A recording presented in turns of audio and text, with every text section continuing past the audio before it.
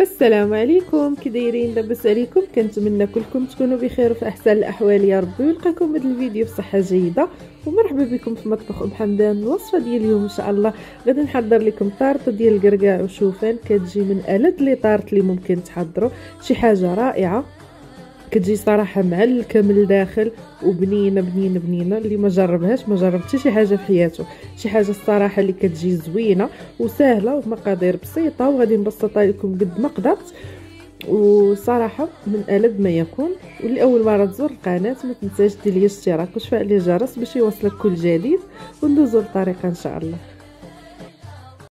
بالنسبه للمقادير ديال العجين ديال الصابلي، غادي نحتاجو فيها 200 غرام ديال الدقيق، 100 غرام ديال الزبده حيوانيه، من الاحسن تكون حيوانيه كتجي بنينه. غادي نحتاجو فيها بيضه، 4 المعالق ديال السكر فاني والملحه، ومعلقه ديال الماء الا احتاجيتوها في الاخير باش تجمعوا العجين، وعندي معلقه ديال اللوز بودره اللي كيبقى اختياري، الا مبغيتوش ديروه ما ديروش، غير هو كيعطي بنه زوينه في هذا العجين ديال الصابلي. ندوزو دابا للطريقه ديال العجين. غادي نجيبو شي زلافه كبيره فاش غادي نعجنو. غادي ندير الدقيق، غادي ندير النواشف كلها اللي عندي، ملحه غير رشه ديال الملحه، 4 المعالق ديال السكر،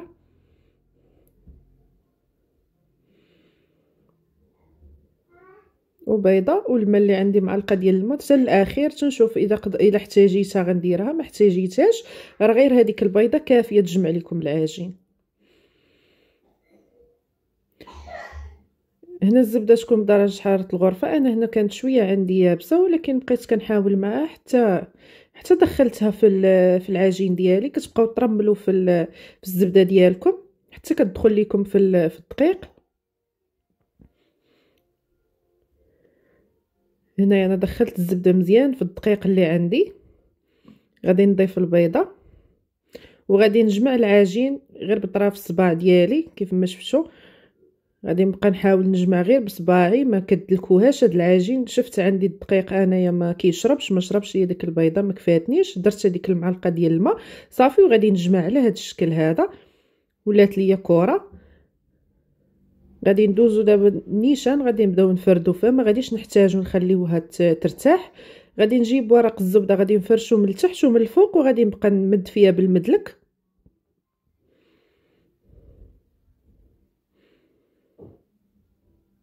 ورق الزبده كيساعدكم باش العجين ديالكم تسرح وما تلصقش ليكم.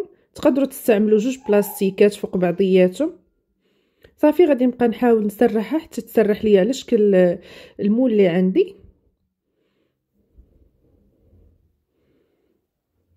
بعد ما سرحتها غادي تحاولوا تهزوا داك ورق الزبده من التحت ومن الفوق باش يجيكم ساهل ملي تبغيو تهزوه. انا غادي نستعمل هذا المول ديال السيليكون. الا ما عندكم داك العادي ديال الحديد، غادي دهنوه بالزبده وترشوا عليه الدقيق، عاد غادي تحطوه فيه العجين ديالكم. هاد الطريقه هذه كتجي ساهله كيف ما شفتوا. هزيت غير الورق ديال الزبده وحطيته فوق من العجين تيتهز بكل سهوله. واخا تقطع لكم ما تخافوش منها، حيت هذوك البلايص اللي بقاو خاوين غادي نعمروهم.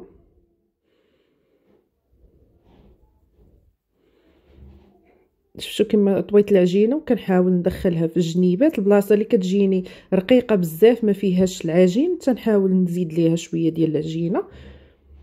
كيشات ليا غير واحد شويه صافي.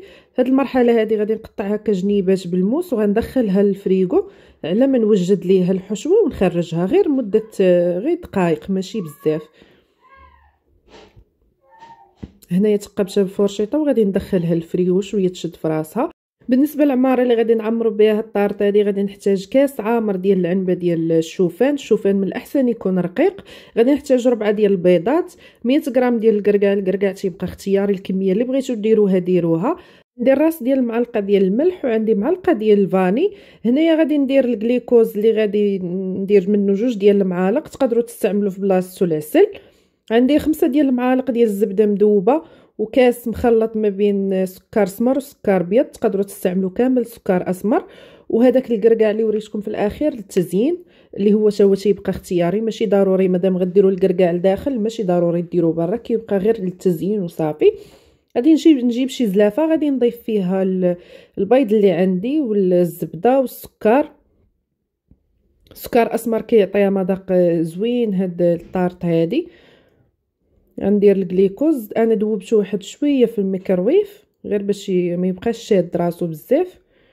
الفاني والملحه صافي، وغادي نحرك كلشي حتى تخلط ليا هاد العناصر كامله غير بالطراب العادي. غادي نضيف الشوفان اللي تقدروا تستعملوا في بلاصه الشوفان، تقدروا تستعملوا هذا، تقدروا تستعملوا اللوز مطحون حتى هو كيعطي واحد المذاق رائع، ولكن حتى الشوفان تيجي زوين. غادي نخرج المول ديالي من الثلاجه، غادي نضيف عليه هاد الحشوه هذه اللي درت معاكم صافي، وغادي نحاول نبدا نزين فيه بالكركاع اللي كيف ما قلت لكم تيبقى اختياري. تقدروا تكتفيوا به غير بحال هكا وتدخلوا المول ديالكم للفران. انا غادي نزينو بطريفات ديال الكركاع بحال هكا. تقدروا تستعملوا داك جوز البيكان حتى هو كيجي زوين فيها.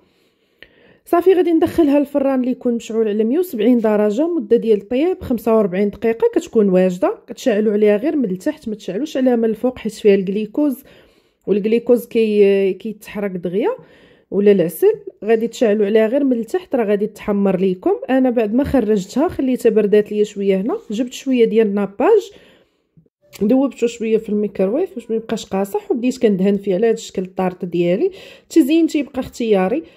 خديت هنا شويه ديال السكر كلاصي ودرت الطبسيل بحال هكا في الوسط باش يبقى ليا داك الشكل مدور في الجناب. وكانت هذه الطارطه بعد ما زيناها كتجي صراحه رائعه، من انواع ديال لي طارط اللي انا كنحماق عليها. المذاق ديالها كيجي احسن من لي طارط اللي كتباع في المخابز. كانت هذه الوصفه ديال اليوم. ما تنساوش ديروا لي اشتراك وتفعلوا الجرس باش يوصلكم كل جديد، وشكرا على المتابعه ومع السلامه.